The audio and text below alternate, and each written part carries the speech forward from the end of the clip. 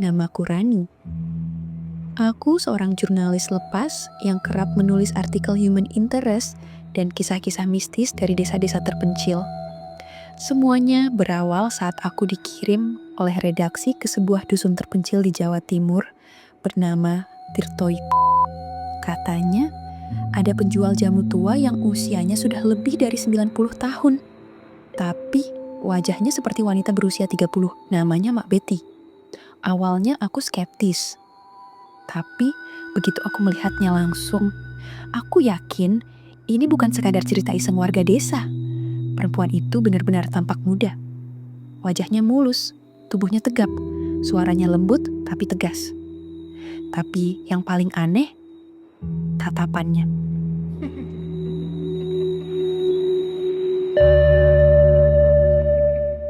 Dingin, seolah tahu segalanya tentang orang yang ia pandang. Rumahnya berada di pinggir desa, tepat di tengah pemakaman tua. Ya, di tengah-tengah kuburan. Katanya, Mak Betty tinggal di sana sejak sebelum Indonesia merdeka. Bahkan, kakek nenek warga desa saja mengaku pernah minum jamu darinya saat masih anak-anak. Dan anehnya, Mak Betty tidak pernah berubah. Setiap malam, suara aneh sering terdengar dari arah rumahnya. Seperti nyanyian Jawa kuno, dan sesekali tangisan lirih anak-anak. Tapi tak ada yang berani mendekat.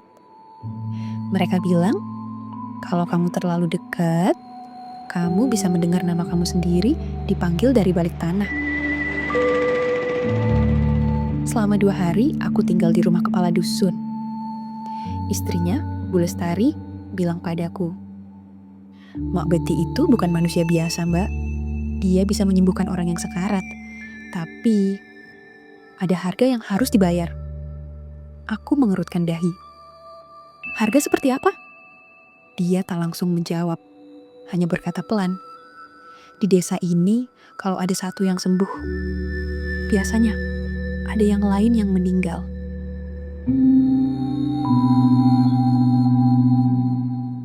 Keesokan harinya, seorang anak kecil bernama Tegar ditemukan meninggal di tepi sungai.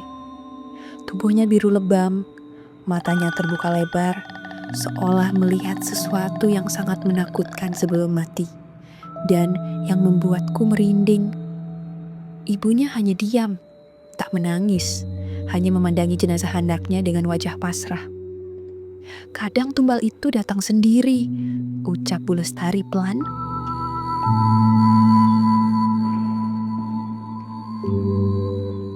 Malam berikutnya, aku menyelinap ke rumah Mak Betty.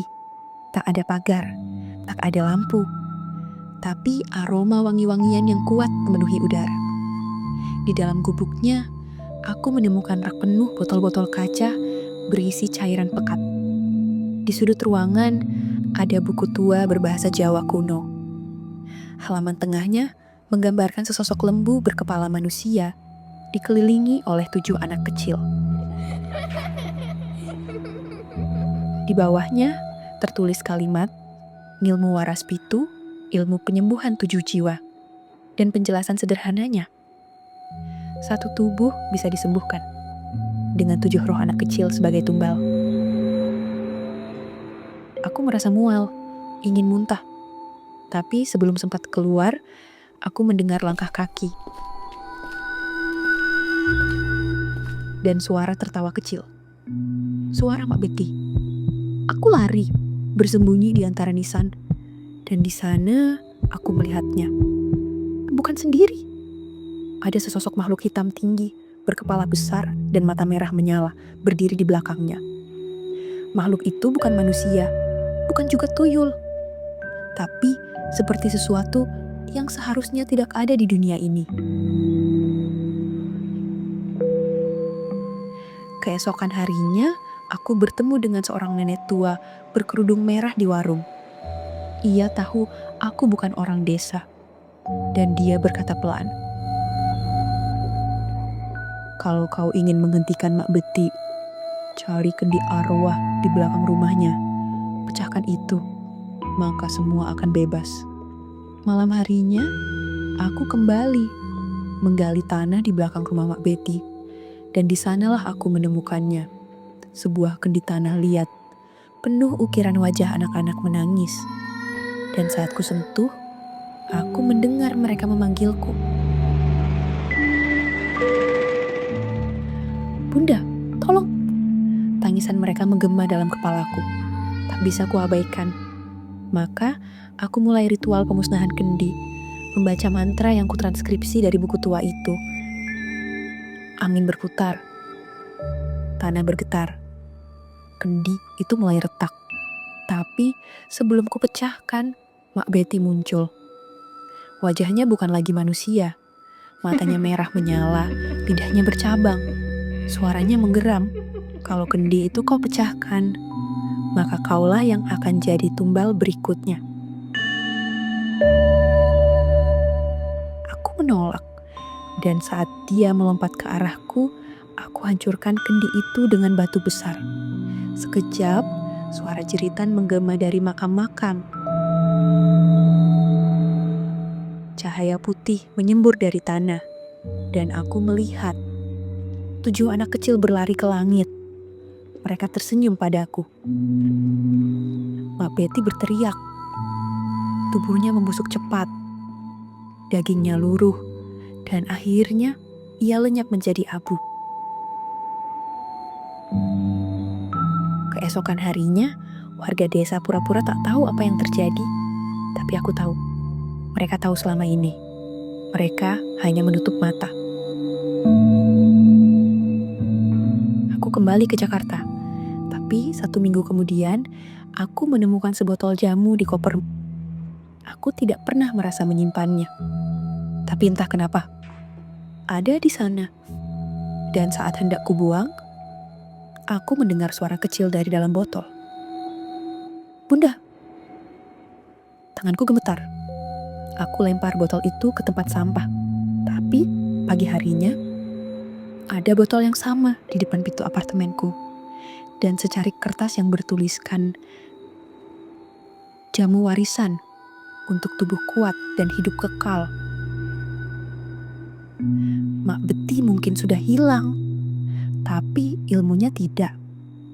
Hati-hati kalau kalian ditawari jamu dari orang asing yang tak pernah menua.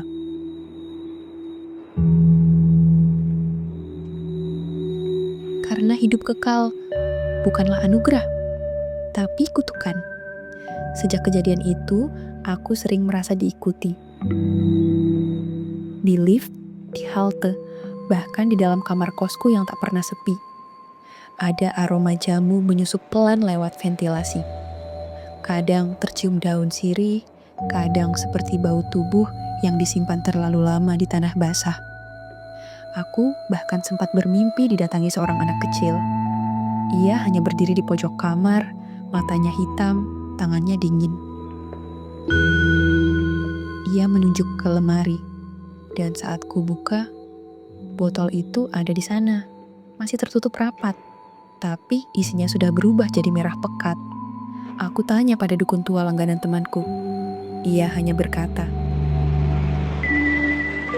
"Kalau kamu sudah menyentuh kendi itu, sudah ikut dalam ritualnya. Kamu bukan sekadar saksi lagi. Kau bagian dari siklus itu sekarang." Katanya, ilmu seperti milik Mak Betty tidak bisa mati. Ia hanya berpindah, mencari wadah baru, mencari tubuh baru, mencari perempuan yang cukup kuat untuk mewarisi kutukan itu. Dan yang lebih mengerikan, aku terpilih. Kini setiap malam aku mendengar suara anak-anak, kadang dari kamar mandi, kadang dari bawah tempat tidur. Dan setiap kali aku menolak menyentuh botol itu, tubuhku melemah, sakit, nafasku pendek. Sampai suatu hari, dalam kondisi setengah sadar, aku meminumnya. Rasanya pahit, panas, membakar tenggorokan. Tapi anehnya, setelah itu, aku merasa kuat, sangat kuat. Luka-luka lama di tubuhku sembuh. Aku bahkan bisa melihat jelas tanpa kacamata. Dan malam itu, mimpi buruk itu hilang, tapi diganti oleh satu hal lain. Di ujung tempat tidurku, aku melihat bayangan wanita tua bersanggul. Ia tersenyum, lalu berbisik, "Selamat datang pewaris. Mungkin kamu pikir cerita ini hanya karangan. Mungkin kamu yakin bahwa ilmu hitam dan tumbal jiwa hanyalah bagian dari legenda lama yang tak lagi relevan di dunia modern. Tapi percayalah, masih ada banyak ilmu kuno yang tak tertulis dalam buku.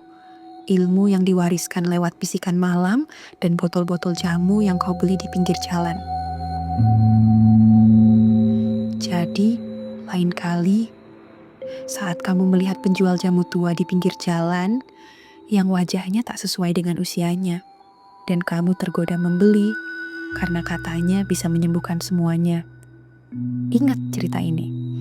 Karena siapa tahu jamu itu bukan untuk menyembuhkanmu, tapi untuk mengikatmu, menjadikanmu wadah berikutnya.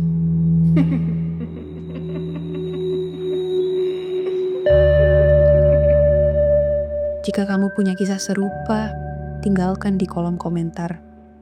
Dan ingat, jangan pernah abaikan suara anak kecil di tengah malam.